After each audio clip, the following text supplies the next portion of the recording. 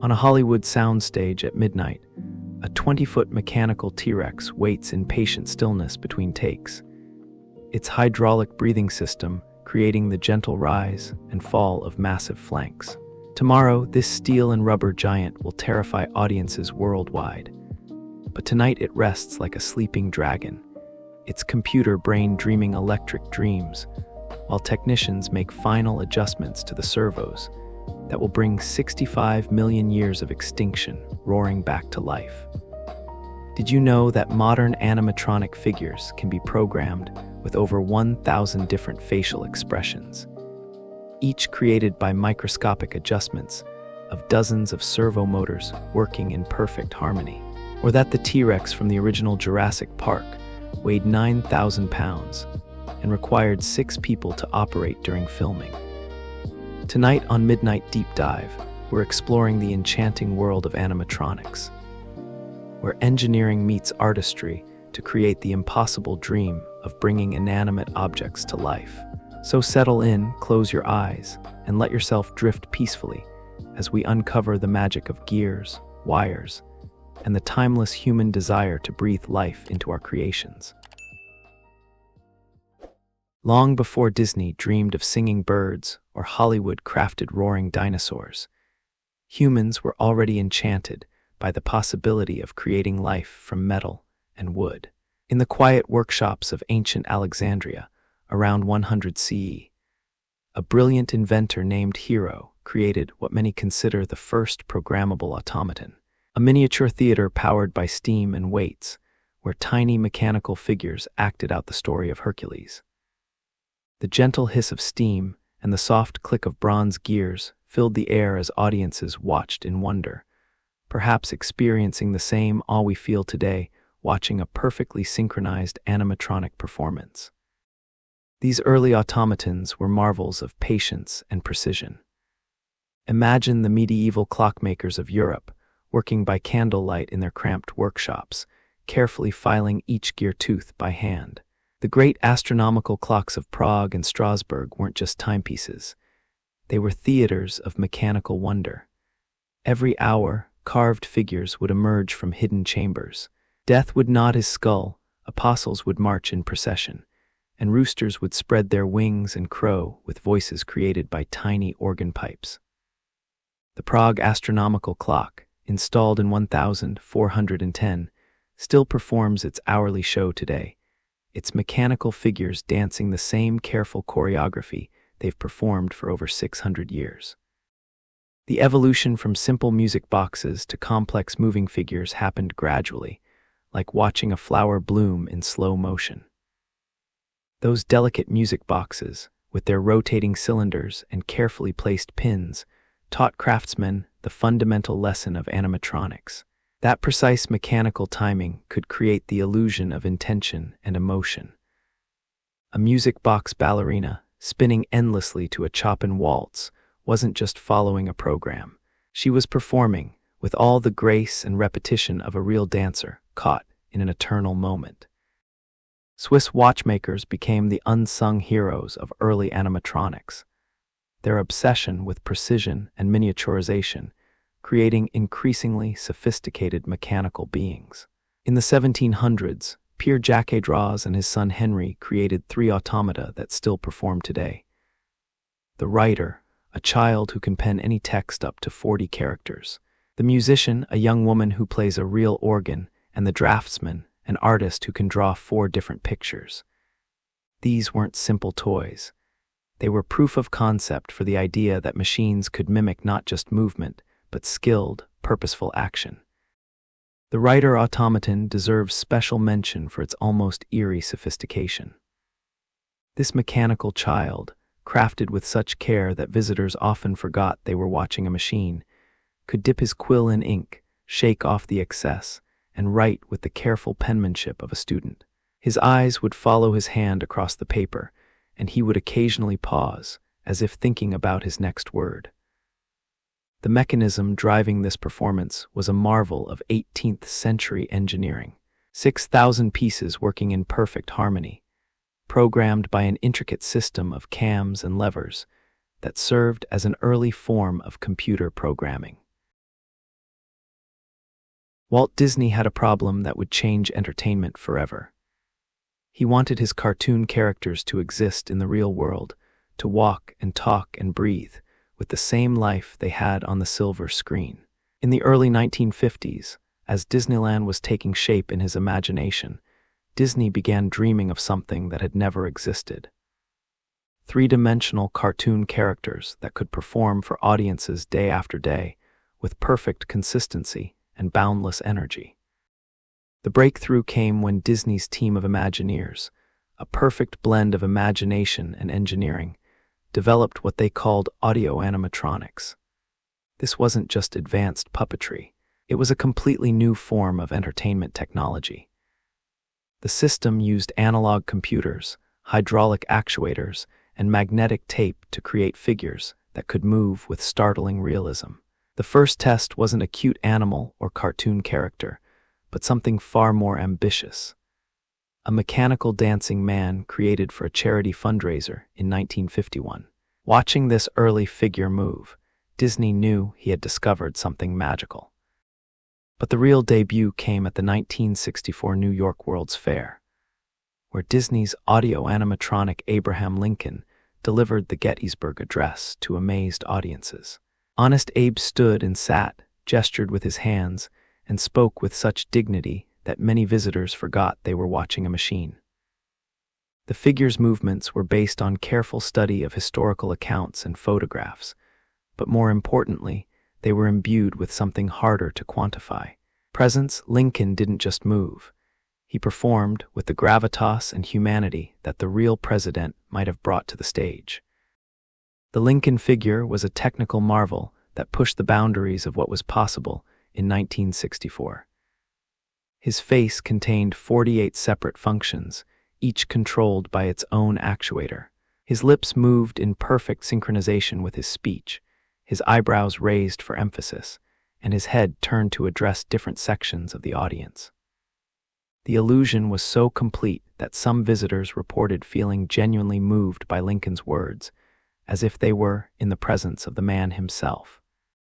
Following Lincoln's success, Disney's Imagineers turned their attention to Disneyland, where they created the enchanted Tiki Room.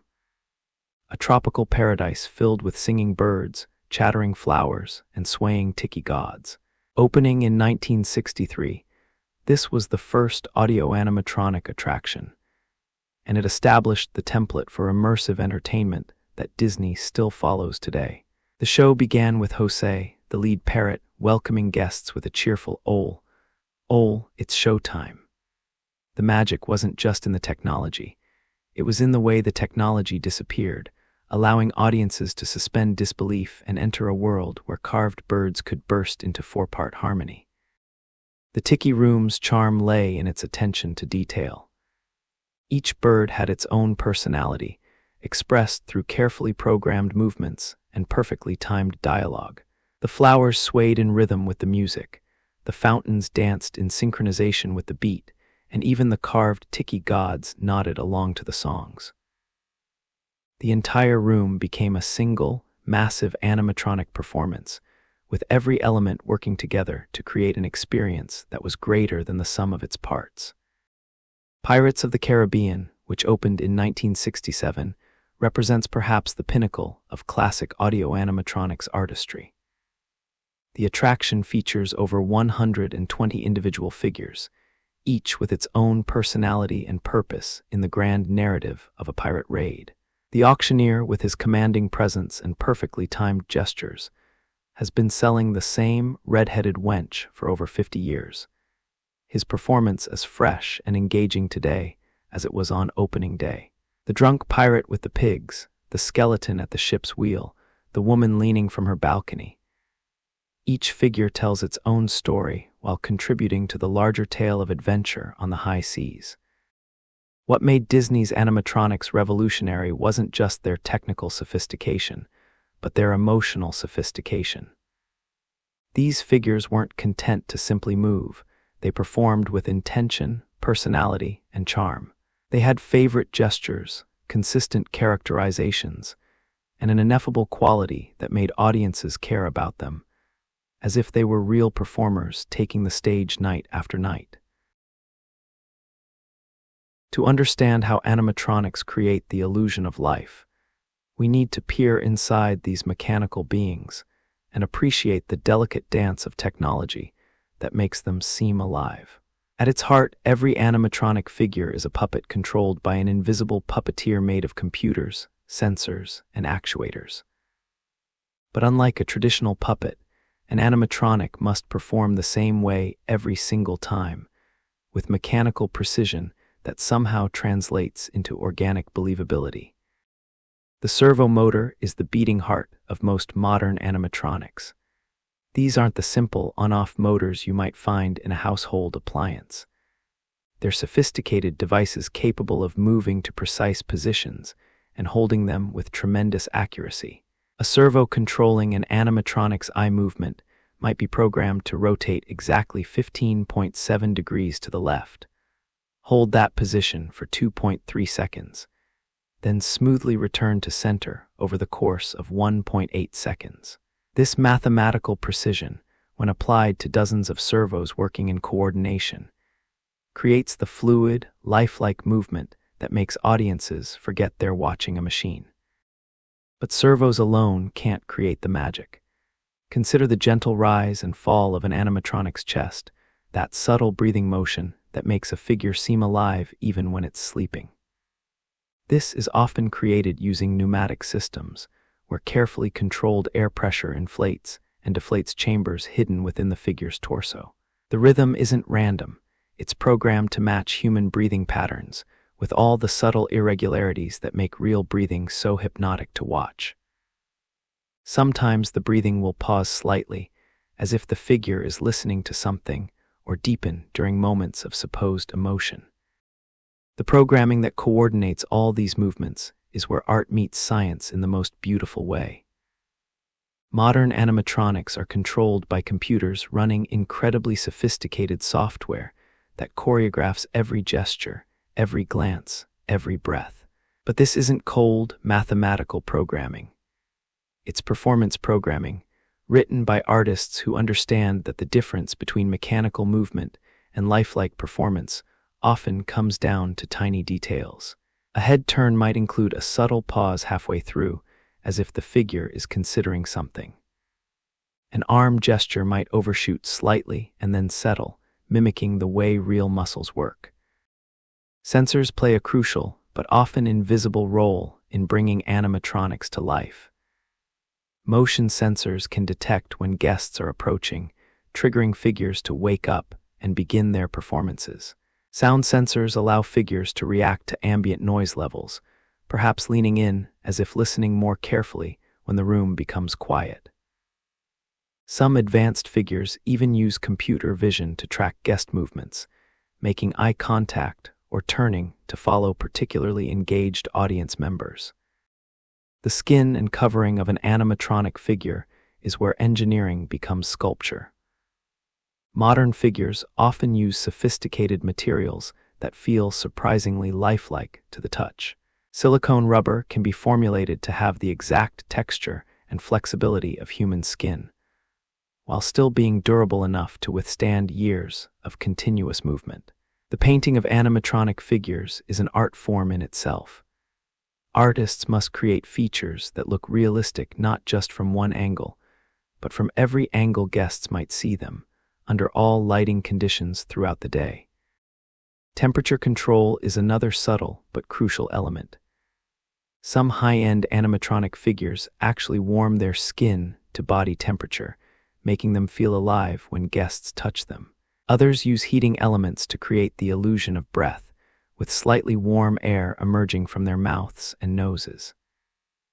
These details operate below the threshold of conscious awareness, but they contribute to the overall impression that the figure is truly alive. The calibration process for a complex animatronic figure can take weeks or even months. Each movement must be programmed, tested, adjusted, and tested again until it feels natural. Engineers use high-speed cameras to analyze the motion of real humans and animals, then try to replicate that movement using mechanical systems. The challenge isn't just making the movement accurate, it's making it feel emotionally appropriate for for the character being portrayed. Sound synchronization represents one of the most challenging aspects of animatronic programming. It's not enough for a figure's mouth to move when it speaks. The movements must perfectly match the rhythm, emphasis, and emotional content of the words being spoken. Advanced figures use phoneme-based animation, where different mouth shapes are programmed for each distinct sound in human speech. When the figure says hello, its mouth moves through the precise sequence of shapes a real mouth would make, creating an illusion so convincing that audiences often forget they're watching a recording. The relationship between animatronics and Hollywood began with a problem. How do you film a 25-foot great white shark that looks terrifyingly real? In 1975, Steven Spielberg's Jaws introduced audiences to Bruce, a mechanical shark that would become one of cinema's most famous non-human stars. Bruce wasn't just a prop.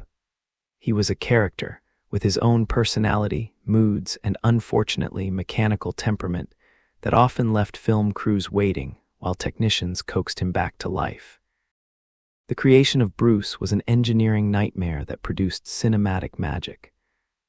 The shark was built in 3 versions: a left-side shark, a right-side shark, and a full-body shark for underwater shots. Each version weighed over a ton and was operated by a complex system of pneumatics and cables controlled from beneath the water's surface. The mechanical challenges were immense. Salt water corroded the mechanisms, the shark's weight made it difficult to maneuver, and the hydraulic systems had a tendency to fail at the worst possible moments. Yet when Bruce worked, he was absolutely terrifying, his dead black eyes and massive jaws creating a sense of menace that no amount of CGI has quite matched. The genius of Bruce wasn't just in his construction, but in his performance. The mechanical shark couldn't swim realistically, so the operators learned to use his limitations creatively. The way Bruce rose from the water, his movements slightly unnatural and unpredictable, made him seem more alien and threatening than a perfectly realistic swimming motion might have achieved. His mechanical nature, rather than breaking the illusion, actually enhanced it. This wasn't just a shark, it was something unnatural and wrong, which made him perfect for Spielberg's vision of nature turned monster. Stan Winston's workshop became the beating heart of Hollywood animatronics in the 1980s and 1990s. Winston understood that animatronic characters weren't just special effects. They were performers, and they needed to be treated with the same care and attention as human actors. His Terminator endoskeleton, revealed in the climax of the 1984 film, moved with mechanical precision that was somehow more frightening than any human performance could have been. Every step was perfectly measured, every head turn executed with robotic determination. The animatronic sold the idea that this wasn't just a man pretending to be a machine. This was an actual machine, implacable and unstoppable. But perhaps Winston's greatest triumph came with the dinosaurs of Jurassic Park. Working alongside Industrial Light and Magic's computer graphics team, Winston created animatronic dinosaurs that interacted with human actors in ways that CGI alone couldn't achieve. The sick Triceratops that Dr. Grant examines was a full-sized animatronic that could breathe, blink, and react to the actor's touches. Laura Dern could actually place her hands on the creature's warm, breathing flank, and her performance was informed by the reality of touching something that felt genuinely alive. The T-Rex from Jurassic Park remains one of cinema's greatest animatronic achievements. Standing 20 feet tall and weighing 9,000 pounds, this mechanical marvel could move its head with surprising speed and grace, its eyes tracking the actors with predatory intelligence. The scene where the T-Rex attacks the tour vehicles was filmed with the actual animatronic, and the fear on the actors' faces was entirely genuine. They were being stalked by a convincing mechanical predator that could have easily injured them if something went wrong. What made Winston's dinosaurs so convincing wasn't just their scale or mechanical sophistication, it was their behavior. Each species was programmed with movements based on careful study of modern animals, but filtered through the personality Winston imagined for each creature. The T-Rex moved like an apex predator, confident and deliberate. The velociraptors were nervous and quick, their heads constantly moving as they assessed threats and opportunities. These weren't just mechanical effects. They were character performances delivered by machines. The practical magic of animatronics reached its peak in films like E.T., The Extraterrestrial, where Carlo Rambaldi created a character so expressive and sympathetic that audiences fell in love with what was essentially a sophisticated puppet.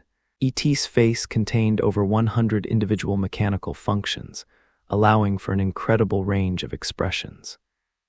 His neck could extend and retract, his finger could glow, and his eyes could track individual actors with uncanny accuracy. The performance was enhanced by the fact that E.T. was physically present on set. The actors could actually interact with him, creating genuine chemistry between humans and machine. Jim Henson's Creature Shop elevated animatronics to an art form that blended seamlessly with traditional puppetry. The creatures in the Dark Crystal were marvels of mechanical artistry, each one brought to life through a combination of radio-controlled animatronics and skilled puppeteer performances. The Skeksis, with their elaborate costumes and intricate facial mechanisms, moved with a disturbing combination of bird-like mannerisms and human intelligence that made them utterly convincing as ancient, corrupt beings. Modern animatronics continue to evolve, even in an age dominated by digital effects. Directors like Guillermo del Toro still prefer practical effects for their emotional impact, understanding that actors perform differently when they're interacting with something real. The amphibian man in the shape of water was primarily an animatronic suit that allowed the performer inside to focus on movement and gesture, while the mechanical systems handled breathing, gill movements, and facial expressions. The lasting appeal of animatronic movie characters lies in their physical presence and the limitations that force creative solutions. Unlike CGI, which can do anything, animatronics must work within the constraints of mechanical systems, and those constraints often lead to more interesting and memorable performances. The slight stiffness in an animatronic's movement, the way it breathes differently than a human, the mechanical precision of its gestures. These flaws become character traits that audiences remember long after the credits roll. There was something magical about walking into a Chuck E. Cheese in the 1980s. The cacophony of arcade games, the aroma of pizza and possibility, and most memorably, the stage where a mechanical mouse and his band performed endless concerts for audiences of birthday party guests and wide-eyed children. This wasn't just dinner and entertainment. It was a child's first encounter with the wonderful weirdness of animatronics, where pizza and robots collided to create something uniquely American and endlessly charming. The story begins with Nolan Bushnell, the founder of Atari, who had a vision of combining restaurant dining with entertainment in a way that had never been attempted before. Bushnell wanted to create a Chuck E. Cheese's Pizza Time Theater, where families could eat while watching animatronic characters perform. The concept was revolutionary. Instead of hiring human performers who might call in sick or demand raises, Bushnell would create a cast of mechanical entertainers who could work 365 days a year without complaint. Chuck E. Cheese himself was the star of the show, a gray mouse in a red vest and derby hat who served as the master of ceremonies for this mechanical vaudeville. Chuck's animatronic figure could move his mouth in sync with his songs, turn his head to address different sections of the audience, and gesture with his arms in a way that made him seem genuinely enthusiastic about entertaining his young guests. His voice, cheerful and slightly nasal, became the soundtrack of countless childhood memories. But Chuck wasn't performing alone. The original Pizza Time Theater featured an entire cast of animatronic characters, each with their own personality and role in the show. Jasper T., Jowls played the banjo with mechanical precision, his hound dog head bobbing in rhythm with the country tunes he favored. The warbolts, a trio of singing birds, provided backup vocals with perfect harmonies that never wavered. Pasquale E. Plate, the pizza chef, would emerge from his kitchen to join the musical numbers, his chef's hat bobbing as he sang about the joys of pizza making. The magic of these shows lay not in their technical sophistication, which was considerable for the late 1970s, but in their wholehearted commitment to entertaining children. The characters didn't just perform, they acknowledged their audience, told jokes between songs, and created the illusion that they were genuinely happy to see each new group of birthday celebrants. Chuck would wish individual children happy birthday, calling them by name in a way that made each child feel special and noticed. Showbiz Pizza Place, Chuck E. Cheese's primary competitor, took the concept even further with the Rockafire Explosion, an animatronic band that combined the appeal of Chuck E. Cheese with the production values of a Vegas show. The Rockafire Explosion featured Billy Bob Broccoli, a country bear who served as the band's frontman, alongside Mitzi Mozzarella, a sexy mouse cheerleader whose dance moves were surprisingly sophisticated for a mechanical performer. The Rockafire Explosion shows were elaborate productions that could run for 20 minutes or more, featuring multiple songs, costume changes, and even pyrotechnic effects. Billy Bob and his bandmates didn't just sing. They told stories, cracked jokes, and interacted with each other in ways that created ongoing narratives. Regular visitors could follow the continuing adventures of the characters, who seemed to remember previous shows and reference past performances. The engineering behind these restaurant animatronics was fascinatingly complex. Each character was controlled by signals recorded on magnetic tape, similar to the system Disney had developed for their theme park attractions. But unlike Disney's figures, which performed for audiences who watched respectfully from a distance, the Pizza Parlor performers had to withstand the enthusiasm of children who might throw food, bang on the glass, or try to climb on stage to dance with their mechanical heroes. The programming of these shows required a delicate balance between entertainment and practicality. Songs had to be catchy enough to hold children's attention, but not so repetitive that parents would be driven to madness. The characters' movements needed to be energetic and engaging while remaining safe. There could be no loose parts or sharp edges that might pose a hazard if a curious child somehow made it onto the stage. Beyond the main stage shows, many Chuck E. Cheese locations featured additional animatronic characters scattered throughout the restaurant. The Ticket Blaster, a mechanical device that would blow tickets around in a clear cylinder, became a mesmerizing attraction for children who could watch the chaotic dance of potential prizes for hours. Some locations featured animatronic fortune tellers, mechanical band members who could be activated with tokens, and even robotic servers who could deliver birthday cakes to tables while singing. The cultural impact of Pizza Parlor animatronics extended far beyond the restaurants themselves. For an entire generation, Chuck E. Cheese and his mechanical companions were as familiar as cartoon characters, but with the added thrill of physical presence. These weren't just images on a screen. They were characters you could visit, watch perform live, and even theoretically touch if you could somehow make it past the protective barriers. The decline of restaurant animatronics in the 1990s and 2000s reflected changing tastes and economics. Maintaining complex mechanical performers was expensive, and newer forms of entertainment, video games, interactive experiences, and eventually digital displays, offered more flexibility at lower cost. Many of the original animatronic shows were retired, their mechanical performers stored in warehouses or sold to collectors who appreciated their unique place in entertainment history. Yet the memory of Pizza Parlor animatronics remains powerful for those who experienced them in their heyday. There was something irreplaceably magical about watching mechanical beings perform with such apparent joy and enthusiasm. In an age of digital entertainment and virtual experiences, the physical presence of Chuck E. Cheese and his friends created memories that feel more real and lasting than many more sophisticated modern attractions.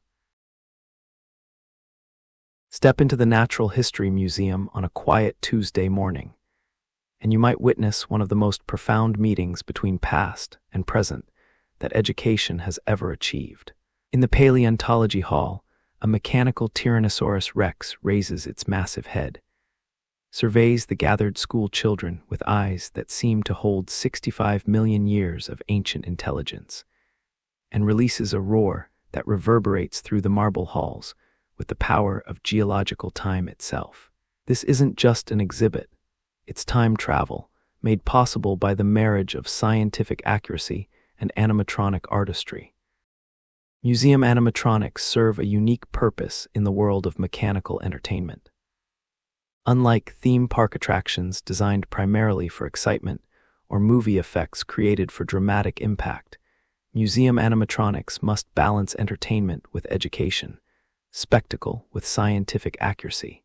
Each mechanical dinosaur, early human, or extinct megafauna represents months or even years of collaboration between paleontologists, anthropologists, and engineers, all working to ensure that what visitors experience is not just impressive, but scientifically sound. The process of creating a museum animatronic begins with research that would make any university professor proud. Scientists study fossil evidence, examine the musculature and bone structure of modern relatives, and consult the latest research about how these ancient creatures might have moved and behaved. Every gesture programmed into a mechanical dinosaur is based on careful analysis of joint articulation, muscle attachment points, and biomechanical possibility. When a museum's Triceratops lowers its head to drink from a simulated stream, that movement reflects real scientific understanding of how these massive herbivores might have navigated their world. The Smithsonian's Natural History Museum houses some of the most sophisticated educational animatronics ever created. Their mechanical early humans don't just demonstrate tool use. They tell the story of human evolution through programmed behaviors that show the development of intelligence, social cooperation, and technological innovation. Watching a mechanical Neanderthal carefully nap a stone tool while his companion tends a fire creates an emotional connection to our ancestors that no static display could achieve. Children respond to museum animatronics with a mixture of awe and curiosity that educators have learned to harness for learning. A child who might struggle to engage with fossil bones and scientific diagrams will stand transfixed watching a mechanical Allosaurus stalk through its prehistoric environment. The movement, the sound, the presence of these recreated creatures triggers something primal in human psychology. The same fascination with life and movement that has driven storytelling since our earliest days around campfires. The educational impact extends beyond simple engagement. Studies have shown that children retain information better when it's presented through multisensory experiences, and animatronic displays excel at creating memorable, multi-layered learning opportunities. A child watching a mechanical woolly mammoth navigate a simulated Ice Age landscape isn't just learning facts about extinction. They're developing an intuitive understanding of adaptation, environmental change, and the interconnectedness of life on Earth. Science museums have embraced animatronics for demonstrations that would be impossible or dangerous with real subjects. The Exploratorium in San Francisco features animatronic figures that demonstrate principles of physics, biology, and engineering in ways that make abstract concepts tangible and understandable. A mechanical figure demonstrating the mechanics of walking shows children how their own bodies work, while an animatronic heart pumps colorful fluid through transparent arteries, making circulation visible and comprehensible. The international perspective on museum animatronics reveals fascinating cultural differences in how societies choose to present their history and natural heritage. Japanese museums often feature incredibly detailed animatronic displays showing traditional crafts and cultural practices, with mechanical artisans demonstrating pottery, calligraphy, and textile production. These figures serve as cultural ambassadors, preserving and transmitting knowledge about traditional skills that might otherwise be lost to modernization.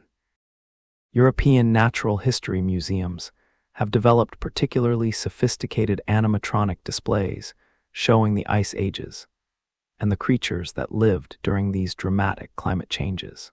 The Natural History Museum in London features mechanical cave bears, saber-toothed cats, and early humans living in environments that have been meticulously recreated based on paleoclimatic research. Visitors can experience what it might have felt like to share the world with these magnificent and often dangerous creatures. Maintenance of museum animatronics presents unique challenges that reflect their educational mission. Unlike theme park attractions that can be shut down for repairs without compromising their core purpose, museum displays often serve as centerpieces for educational programs, school visits, and special exhibitions. Museums have developed sophisticated maintenance schedules and backup systems to ensure that their mechanical teachers remain available for the millions of visitors who depend on them for learning and inspiration. The role of museum animatronics in inspiring future scientists and researchers cannot be overstated. Many paleontologists, anthropologists, and other researchers trace their initial fascination with their fields to childhood encounters with museum animatronics.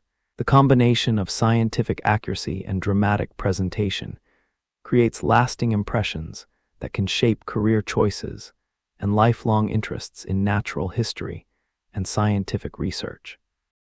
Modern museum animatronics increasingly incorporate interactive elements that allow visitors to control or influence the displays. Children can press buttons to make a mechanical dinosaur demonstrate different behaviors, or use touch screens to explore the anatomy and physiology of extinct creatures.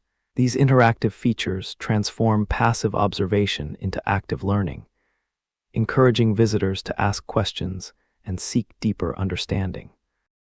The future of educational animatronics promises even more sophisticated integration of technology and learning. Museums are experimenting with augmented reality systems that overlay additional information on animatronic displays, virtual reality experiences that place visitors inside prehistoric environments, and artificial intelligence systems that allow animatronic figures to respond to visitor questions with appropriate educational content. There's a moment watching any animatronic figure when something subtle shifts in your perception. Maybe it's the slightly too perfect timing of a blink, or the way a mechanical smile holds just a fraction of a second too long, or the fact that the figure's breathing doesn't quite match the rhythm of its speech. Suddenly, what seemed charming and lifelike becomes eerily artificial, and you're reminded that you're watching a machine pretending to be alive. This is the uncanny valley, that strange psychological territory where our brains struggle to categorize what we're seeing, where the almost human becomes more disturbing than the obviously artificial. The term uncanny valley was coined by Japanese roboticist Masahiro Mori in 1970. But the phenomenon itself has been haunting humanity since our first attempts to create artificial life. Mori observed that as robots and mechanical beings become more human-like, our emotional response to them becomes more positive, up to a point. But as they approach near-perfect human resemblance without achieving it completely, our response suddenly plummets into revulsion and unease.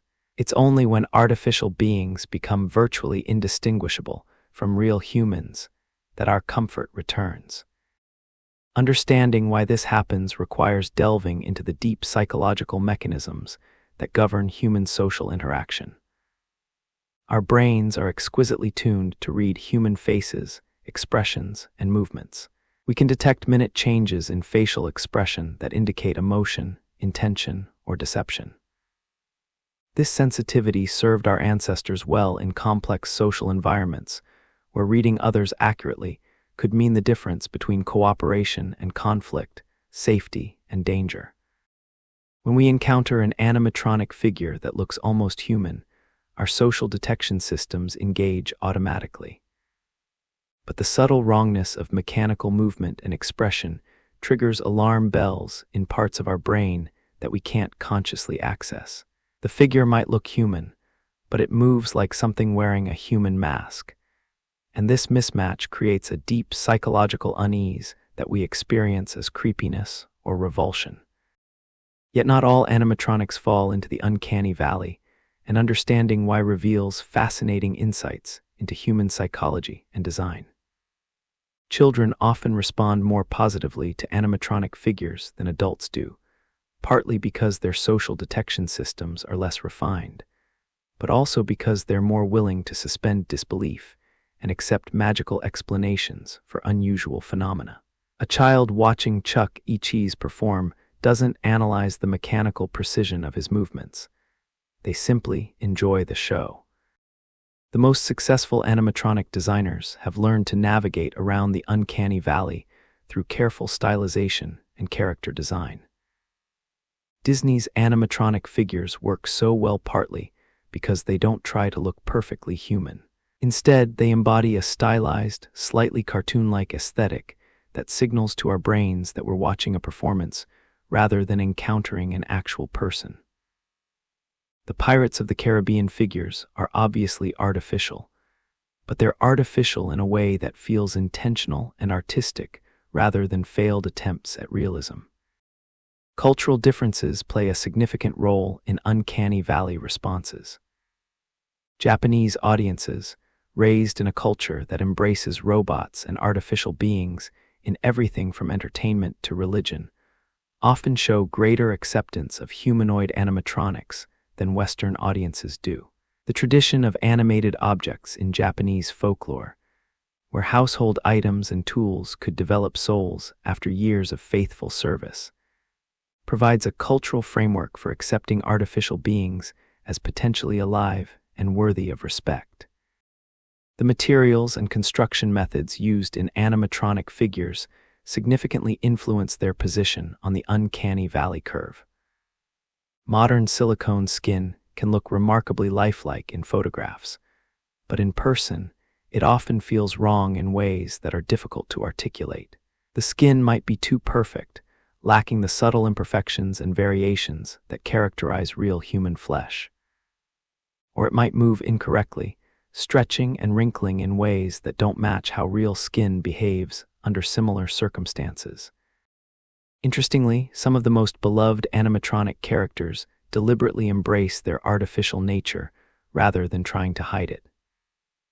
The robots in theme park attractions often use obviously mechanical movements and synthetic voices that signal their artificial nature while still creating emotional connections with audiences.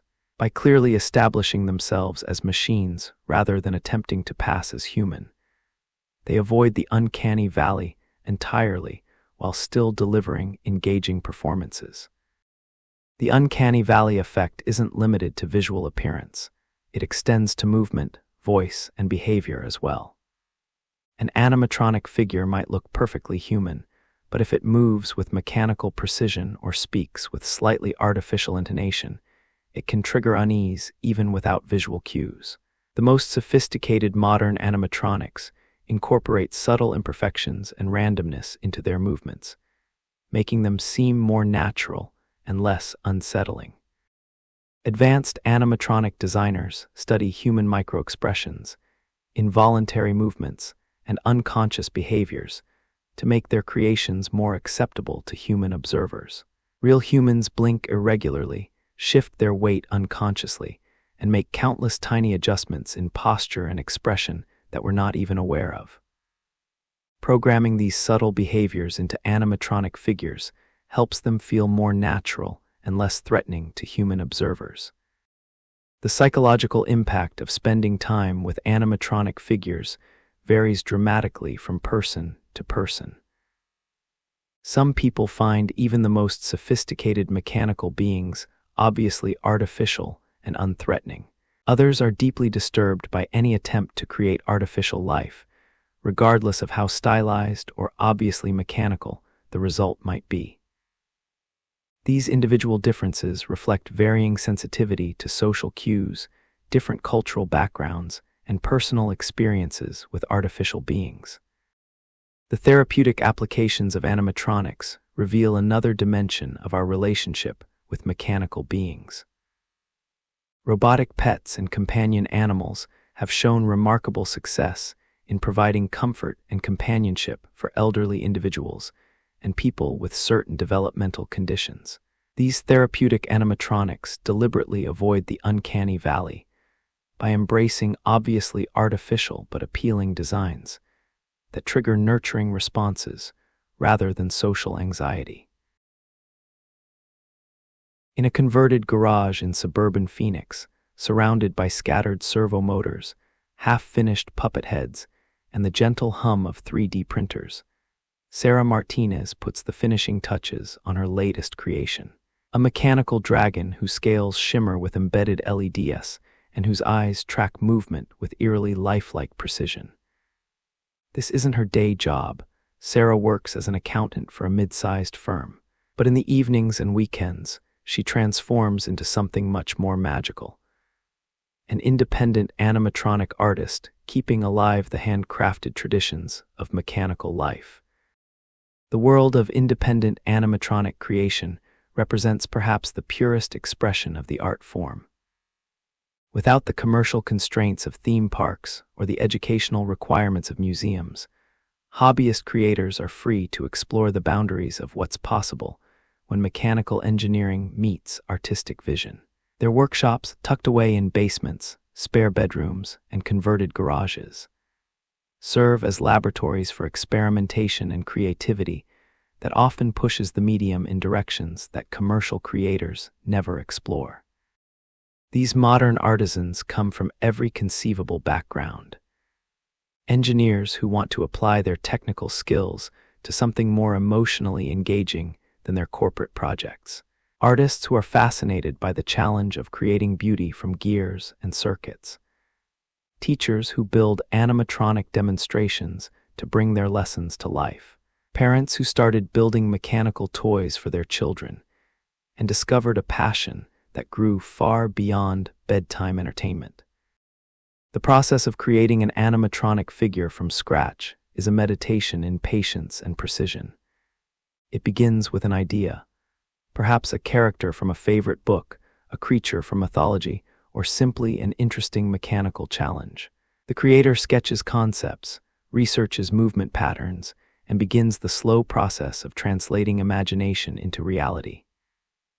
Every joint must be planned, every movement choreographed, every electrical connection mapped before the first piece of metal is cut or the first servo motor positioned.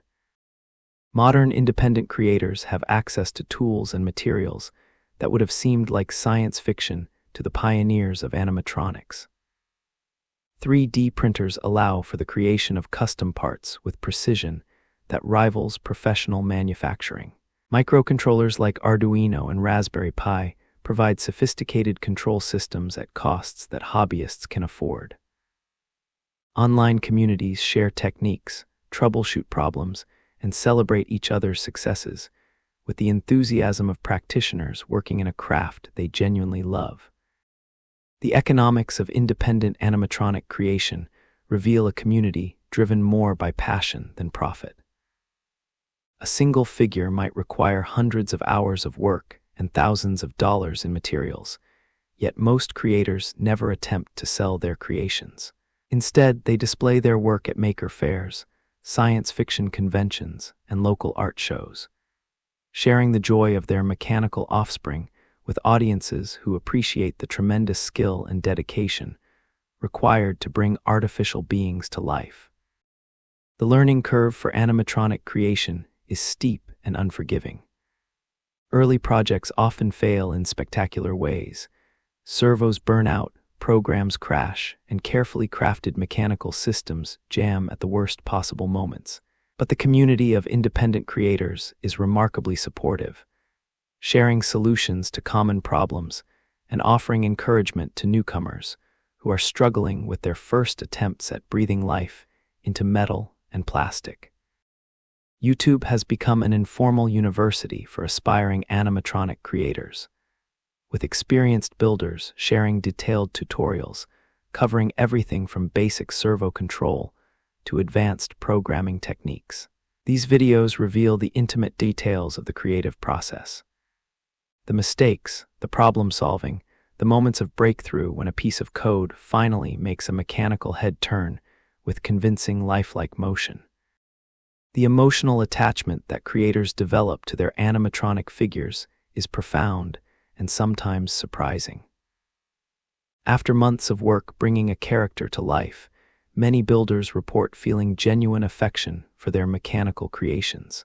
They give them names, develop backstories for their personalities, and sometimes find it difficult to power them down at the end of a demonstration. The figures become more than projects. They become companions in the creative process, artificial beings that embody their creators' skills, patience, and imagination.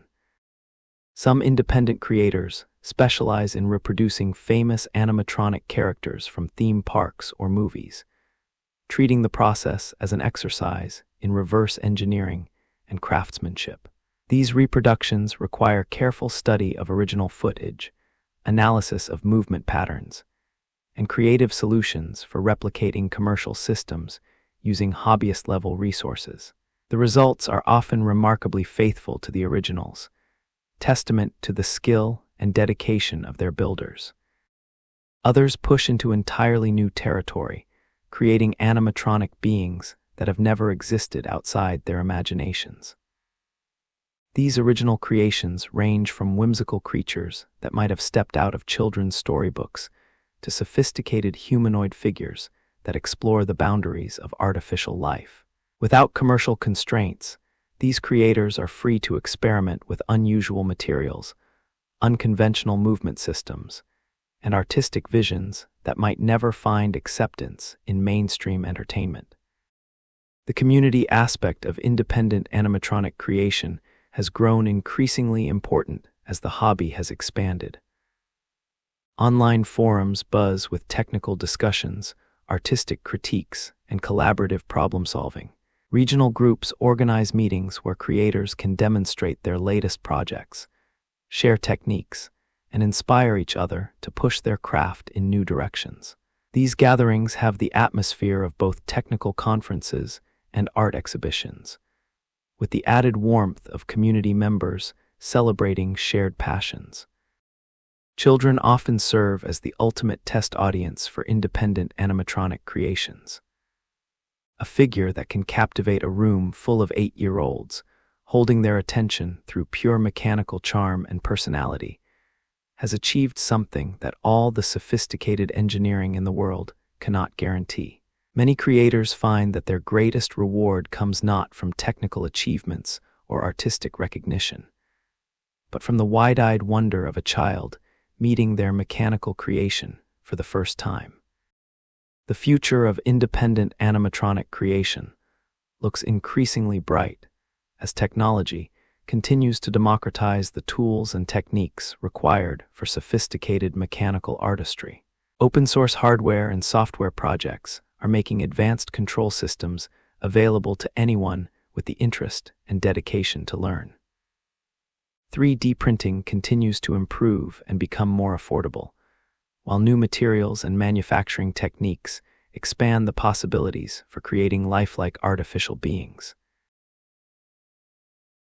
There's something uniquely thrilling about walking through a darkened haunted house, your footsteps echoing on creaking wooden floors, when suddenly a mechanical skeleton springs from its coffin with a bone-chilling wail that makes your heart skip 3 beats in rapid succession.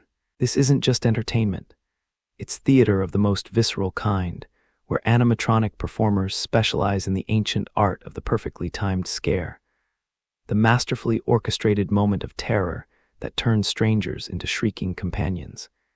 and transforms everyday people into amateur acrobats leaping away from mechanical monsters. The tradition of mechanical scares stretches back centuries, rooted in the same human fascination with artificial life that drives all animatronics, but twisted toward a different emotional purpose. Medieval churches used mechanical devices to illustrate the torments of hell, with carved devils that would emerge from hidden chambers to remind parishioners of eternal consequences. Victorian spiritualists employed mechanical tricks to convince audiences they were witnessing supernatural phenomena, using hidden systems of wires and springs to make objects move with ghostly purpose. Modern haunted attractions have elevated mechanical scares to an art form that combines psychology, engineering, and theatrical timing with precision that would impress any Broadway producer. The basic principle remains elegantly simple. Create a moment of sudden, unexpected movement that triggers the human startle response. Then provide just enough recovery time for guests to laugh at their own reactions before the next scare begins building tension. The psychology of animatronic scares reveals fascinating insights into human fear responses. Our brains are hardwired to react instantly to sudden movement in our peripheral vision, an evolutionary adaptation that helped our ancestors survive encounters with predators. Haunted house designers exploit this hardwiring ruthlessly, positioning mechanical figures to trigger startle responses, while simultaneously providing enough context clues that guests understand they're experiencing manufactured fear in a safe environment. Timing is everything in the world of haunted house animatronics. A mechanical ghost that appears too early loses its impact because guests see it coming. One that triggers too late might startle guests who have already passed by, creating confusion rather than fear. The best haunted house animatronics are programmed with sophisticated sensor systems that detect approaching guests and calculate the perfect moment to spring into action, creating scares that feel spontaneous and perfectly timed. The Five Nights at Freddy's phenomenon deserves special recognition for transforming our collective relationship with animatronic entertainment. What began as a simple independent video game created by Scott Cawthon became a cultural sensation that introduced an entire generation to the concept of animatronics as objects of terror rather than delight. The game's genius lay in taking the familiar, comforting imagery of pizza parlor animatronics and revealing the sinister possibilities lurking beneath their cheerful exteriors. FNAF's impact on popular culture extended far beyond gaming, inspiring countless fan creations, theoretical discussions, and even real-world haunted attractions based on the game's premise. The franchise tapped into something primal about our relationship with mechanical beings, the uncomfortable realization that the same technology that creates entertainment can easily become threatening when context changes. Chuck E. Cheese, once a symbol of childhood joy, suddenly seemed much more unsettling when viewed through the lens of FNAF's narrative. The digital horror renaissance sparked by Five Nights at Freddy's demonstrated how modern media could revitalize interest in practical animatronics. While the game itself used digital recreations of mechanical beings, it inspired real-world creators to build actual animatronic figures based on the game's characters. These fan-created figures, with their deliberately glitchy movements and unsettling stares, brought the digital horror into physical reality with remarkable effectiveness.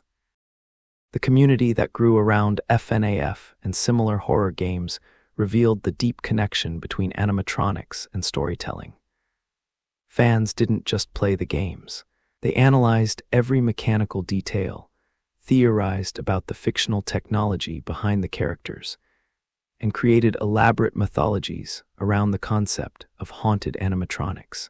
This engagement demonstrated that animatronics, even fictional ones, trigger something fundamental in human imagination about the boundary between artificial and alive. Seasonal Halloween attractions represent perhaps the largest commercial application of haunted house animatronics. Every October, warehouses across America transform into elaborate horror productions featuring mechanical monsters, animated corpses, and robotic demons. These seasonal attractions face unique challenges. They must be assembled quickly, operate reliably for just a few weeks, then be disassembled and stored until the following year. The technical requirements for haunted house animatronics differ significantly from their theme park cousins. While Disney's figures must operate smoothly for years, haunted house animatronics are built for maximum impact during brief encounters. They can be louder, more aggressive, and less concerned with subtle realism than figures designed for longer viewing. Their job is to startle and intimidate, not to tell complex stories or create emotional connections. Professional haunted attraction designers have developed sophisticated techniques for maximizing scare impact while maintaining guest safety. Motion sensors ensure that mechanical figures don't activate when guests are too close, potentially causing injury. Emergency stop systems allow operators to shut down effects instantly if problems arise. And careful pathway design ensures that startled guests have safe places to retreat without creating dangerous crowding or panic situations. The artistry involved in creating effective haunted house animatronics goes beyond simple mechanical engineering. The best scare effects combine sound, lighting, air effects, and movement to create multisensory experiences that overwhelm guests' ability to rationally process what's happening. A mechanical zombie might be accompanied by the smell of decay, sudden temperature changes, and carefully timed lighting effects that make its movements seem more threatening and unpredictable. Behind the scenes, haunted house animatronics require constant maintenance and adjustment throughout their operating seasons. The aggressive movements and dramatic effects that make them effective entertainment also create significant mechanical stress. Operators must monitor these figures constantly, replacing worn parts, adjusting programming, and ensuring that each scare delivers maximum impact night after night. The emotional impact of haunted house animatronics extends beyond simple startlement. Many guests report feeling genuine affection for particular mechanical monsters, returning year after year to experience their favorite scares. These figures become characters in their own right, with personalities defined by their specific movements, sounds, and timing. Regular visitors learn to appreciate the craftsmanship behind their favorite frights, developing the same kind of appreciation that theme park fans feel for beloved audio-animatronic performers.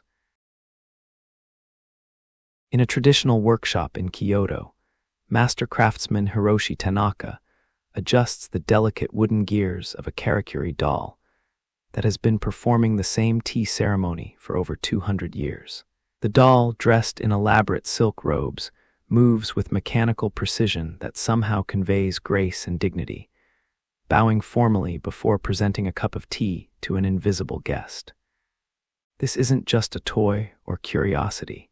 It's a cultural treasure that embodies centuries of Japanese understanding about the relationship between craftsmanship, technology, and the subtle art of bringing inanimate objects to life.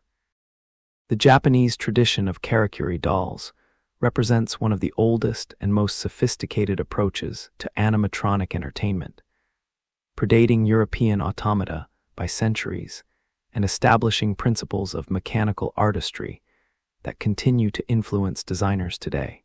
These wooden figures, powered entirely by springs, weights, and clockwork mechanisms, could perform complex sequences of actions with timing and precision that amazed audiences across Japan during the Edo period.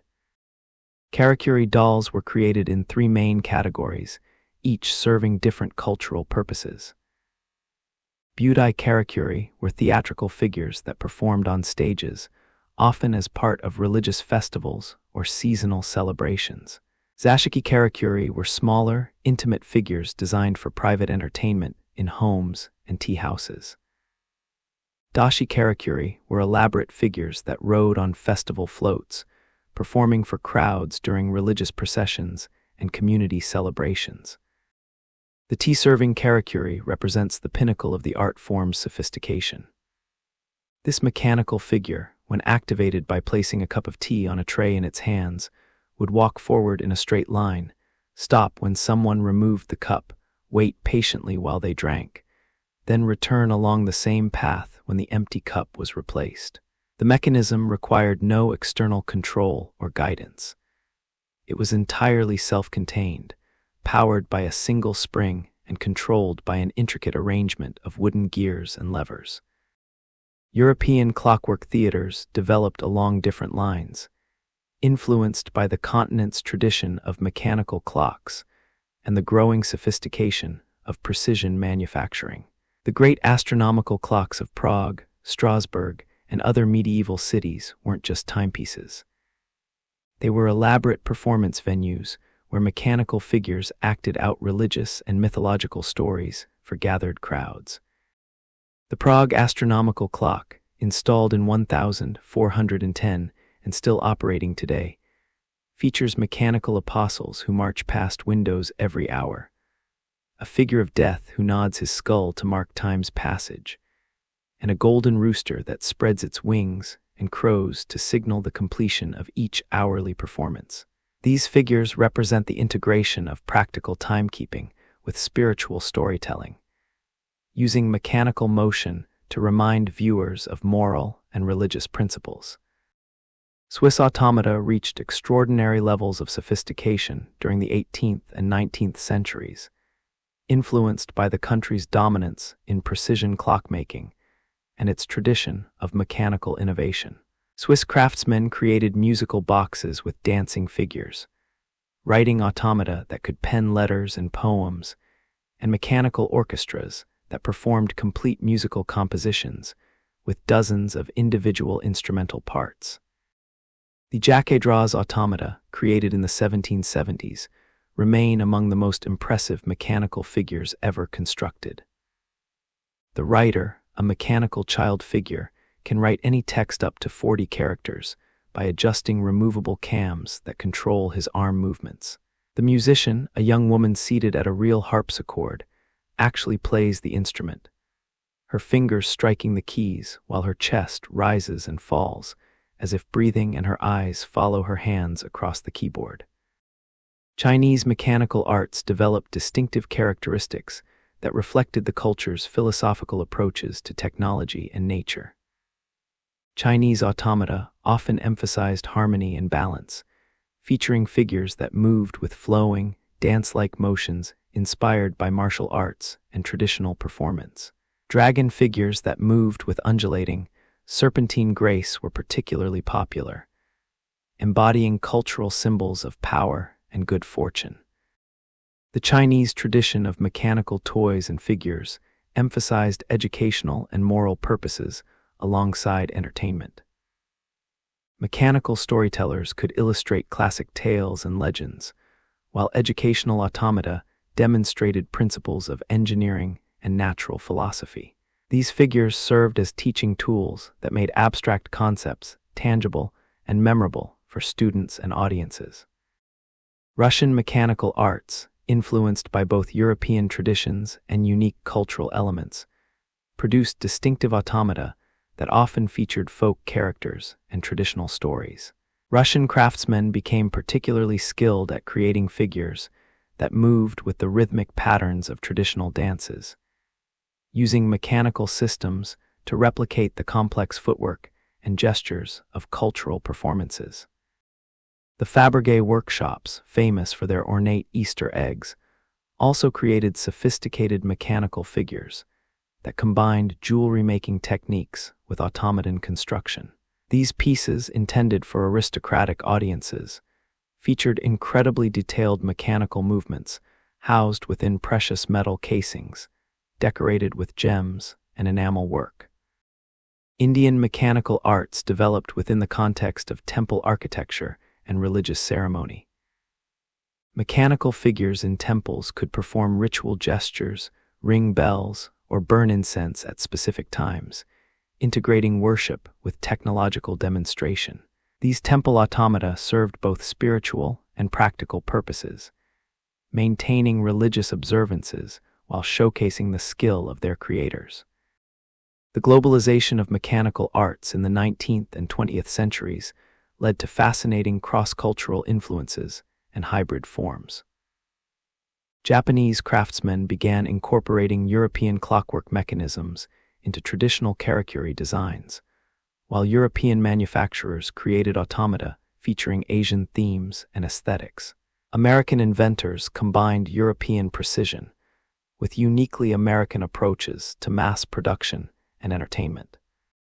Cultural differences in the acceptance and appreciation of mechanical beings reflect deeper philosophical and religious attitudes about artificial life and the relationship between humans and machines. Cultures with animistic traditions, where objects could possess spirits or consciousness, often showed greater acceptance of mechanical beings as potentially alive or worthy of respect. The preservation of traditional mechanical arts faces challenges in the modern world, as the skills required for their creation and maintenance become increasingly rare. Master craftsmen like Hiroshi Tanaka work to pass their knowledge to new generations, but the time required to learn these complex skills and the limited market for traditional mechanical arts make it difficult to attract new practitioners. Museums worldwide have become crucial repositories for mechanical arts from different cultures, preserving both the objects themselves and the knowledge required to maintain and understand them. These collections allow modern audiences to appreciate the sophistication and artistry of historical automata, while serving as inspiration for contemporary creators exploring the boundaries between technology and art. Modern international collaborations in animatronics reflect the global nature of contemporary culture, while honoring traditional approaches to mechanical artistry. Theme parks worldwide feature attractions that blend cutting-edge technology with cultural storytelling, creating experiences that honor local traditions while utilizing the latest advances in robotics and control systems. In a climate-controlled workshop in Los Angeles, veteran animatronic designer Maria Santos connects a tablet to the control system of a mechanical creature that looks like it stepped out of a fantasy novel. With a few taps on the touchscreen, she's adjusting servo positions, modifying movement timing, and uploading new behavioral patterns that will make this silicon and steel dragon seem more alive than any purely digital creation could achieve. This is the new world of animatronics, where traditional craftsmanship meets cutting-edge technology to create possibilities that neither could achieve alone. The digital revolution has transformed every aspect of animatronic creation, from initial design through final performance. Computer-aided design software allows creators to model complex mechanical systems virtually, testing movement ranges and identifying potential problems before cutting the first piece of metal or programming the first servo. Digital sculpting tools enable artists to create character designs with precision and detail that would have required weeks of traditional clay modeling to achieve. 3D printing has perhaps had the most democratizing impact on animatronic creation. Components that once required expensive machining or custom manufacturing can now be printed in home workshops for the cost of raw materials and electricity. Complex gear systems, custom joint housings, and intricate decorative elements can be designed on a computer and produced overnight, allowing independent creators to achieve levels of sophistication that were previously available only to major studios and theme park companies. The programming of modern animatronics has evolved from simple timing-based systems to sophisticated software platforms that can manage hundreds of individual actuators in real-time coordination. Modern control systems can blend multiple movement programs, respond to sensor inputs, and even incorporate machine learning algorithms that allow figures to modify their behavior based on audience reactions and environmental conditions. Sensor technology has revolutionized how animatronic figures interact with their environments and audiences. Modern figures can incorporate cameras for computer vision, microphones for sound detection, proximity sensors for detecting approaching guests, and even biometric sensors that can read heart rates and stress levels. This sensor data feeds into control systems that can modify performances in real time, creating truly interactive experiences that respond to individual guests. The materials science revolution has been equally transformative. Modern silicone compounds can replicate human skin texture and flexibility while maintaining durability through thousands of hours of operation. Shape memory alloys allow for actuators that can change shape when heated, creating more organic-looking movements. Smart materials that can change color, texture, or transparency in response to electrical signals open up entirely new possibilities for character design and performance. Digital effects integration represents one of the most exciting frontiers in modern animatronics. Projection mapping can overlay digital imagery onto physical figures, allowing for costume changes, facial expressions, and environmental effects that would be impossible to achieve mechanically. Augmented reality systems can enhance animatronic performances with digital elements visible only to guests wearing special viewing devices. The democratization of animatronic creation through digital tools has led to an explosion of independent creativity. YouTube channels dedicated to animatronic construction have millions of subscribers. Online communities share open-source designs and programming code, and maker spaces worldwide offer access to the tools and equipment needed for sophisticated mechanical creation. The barrier to entry continues to lower as technology advances and becomes more accessible. Modern manufacturing techniques like CNC machining and laser cutting have made precision manufacturing accessible to small-scale creators. Parts that once required specialized tooling and expensive setup costs can now be produced economically in small quantities. This has enabled a new generation of boutique animatronic creators who can produce limited edition figures and custom creations for collectors and enthusiasts. The integration of artificial intelligence into animatronic systems represents perhaps the most significant frontier for future development. Machine learning algorithms can analyze audience reactions and modify performances to maximize engagement. Natural language processing allows animatronic figures to engage in conversations with guests, responding appropriately to questions and comments. Computer vision systems can recognize individual guests and personalize interactions based on previous visits or expressed preferences. Cloud connectivity is enabling new forms of animatronic experiences, where figures can access vast databases of information and share experiences across multiple locations. An animatronic character in one theme park could theoretically remember interactions with a guest and reference that conversation when the same guest visits a different location.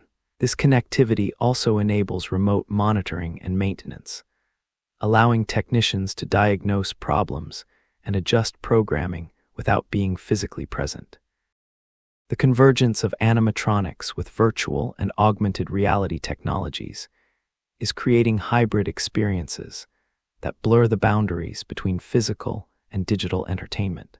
Guests might wear AR glasses that overlay digital clothing and effects onto physical animatronic performers, or interact with virtual characters that can physically manipulate objects through robotic systems. Environmental considerations are becoming increasingly important in modern animatronic design. Energy-efficient motors and control systems reduce power consumption, while sustainable materials and recyclable components minimize environmental impact. Some modern figures incorporate solar panels or other renewable energy sources, allowing them to operate independently of traditional power systems. The educational applications of digital age animatronics are expanding rapidly. Museums can now create interactive historical figures that can answer questions, demonstrate skills, and engage in conversations with visitors. Educational animatronics can access vast databases of information and present it in engaging, age-appropriate ways that adapt to individual learning styles and interests. Quality control and consistency have improved dramatically through digital manufacturing and control systems. Every component can be manufactured to precise specifications, and performance parameters can be monitored and adjusted in real time to maintain optimal operation. This reliability enables more ambitious and complex animatronic projects that would have been too risky to attempt with older technology. The future of animatronics lies in this synthesis of traditional craftsmanship with cutting-edge technology. The most successful modern animatronic creators understand that technology is a tool for enhancing artistry, not replacing it. The best figures still require the human touch. The artist's eye for character design, the craftsperson's attention to detail, and the performer's understanding of timing and audience engagement. As we look toward the future, the possibilities seem limitless.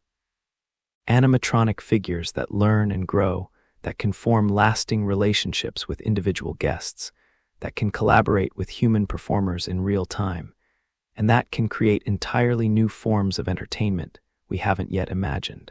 Yet at their heart, they will always be expressions of the same fundamental human desire that drove those first ancient craftsmen to breathe life into wood and metal. The irresistible urge to create beings that seem truly, magically alive. Tonight, we've journeyed through centuries of human ingenuity and artistic vision. From ancient clockwork theaters to digital age marvels that blur the boundaries between mechanical and magical. We've explored the workshops where patient craftsmen file gears by candlelight, the movie studios where mechanical monsters become beloved characters, the pizza parlors where robotic entertainers captured childhood hearts, and the modern laboratories where artificial intelligence meets traditional puppetry. Through it all, we've witnessed humanity's enduring fascination with the miracle of breathing life into our creations. That fundamental desire to make the inanimate animate, to transform metal and wood and silicon into beings that can touch our hearts and fire our imaginations. Thank you for joining me on this journey through the enchanting world of animatronics. If you're already drifting off, then our mission is complete. But if you're still awake, perhaps another deep dive will carry you gently into dreams. Until we meet again in these quiet hours, may you remember that behind every mechanical marvel stands a human heart full of hope and creativity. May you find connection in the most unexpected places, and may the gentle spirits of animatronic characters remind you that love and artistry can transform even metal and wire into something truly magical.